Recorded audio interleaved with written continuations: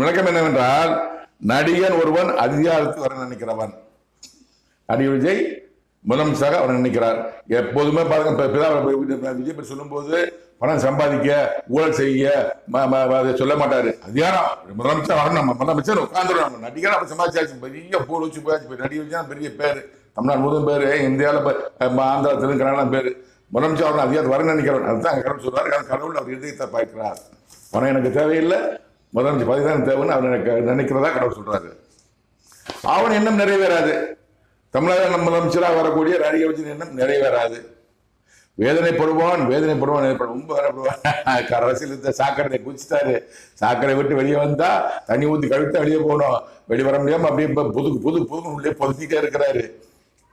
வேதனைப்படுவான். கடவுள் வார்த்தை, அரசியலை விட்டு போய் வருவான். நல்லா இதுக்கோங்க, கடவுள் வார்த்தை நிச்சயமா நடக்கும். அரசியல் விட்டு ஒண்ணு வேண்டாம், இது வேண்டாம்.